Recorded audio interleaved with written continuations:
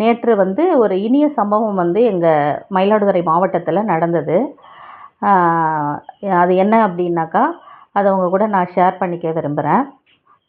எங்களுடைய மயிலாடுதுறை மாவட்ட ஆட்சியர் அவர்கள், மதிப்புமிகு ஸ்ரீகாந்த் அவர்கள், நேற்றைய தினம் 100%, அதாவது கடந்த ஆண்டு 100% எடுத்த அனைத்து ஆசிரியர்களுக்கும் கிட்டத்தட்ட ஒரு ஏவிசி அறிவியல் மற்றும் கலைக்கல்லூரியில் ஒரு 1000 பேர் ஆசிரியர்கள் நாங்கள் குழுமி இருப்போம்.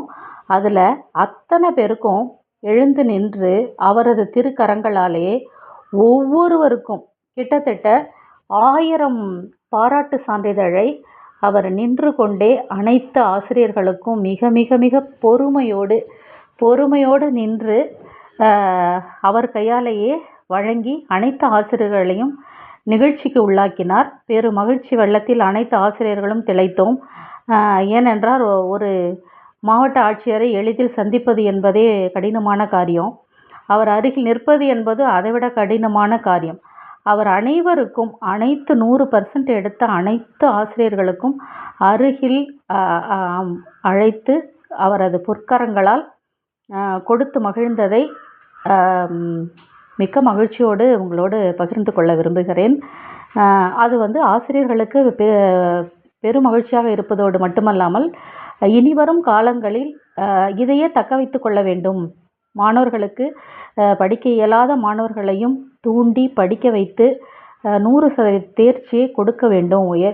சேர்க்கப்பட்ட அனைத்து மாணவர்களும் ஒரு பள்ளியில் அனைத்து மாணவர்களும் ஒரு சமமான ஐக்கியூவில் இருப்பாங்க அப்படின்னு சொல்ல முடியாது. சில மாணவர்கள் நல்லா படிக்கக்கூடிய மாணவர்களாக இருப்பாங்க, சில மாணவர்கள் ஆவரேஜ் மாணவர்களாக இருப்பாங்க, சில மாணவர்கள் பிலோ ஆவரேஜாக இருப்பாங்க, சில மாணவர்கள் ரொம்ப ரொம்ப அடிமட்டத்தில் இருப்பாங்க. அவங்களையெல்லாம் தேற்றி கொண்டு வருவது என்பது அரசு பள்ளியில் சாமானியப்பட்ட காரியம் இல்லை. அந்த செயலை ஆசிரியர்கள் செய்யும்போது அதை மனமாற பாராட்டக்கூடிய ஒரு மாவட்ட ஆட்சியரை நாங்கள் பெற்று இருக்கிறோம்.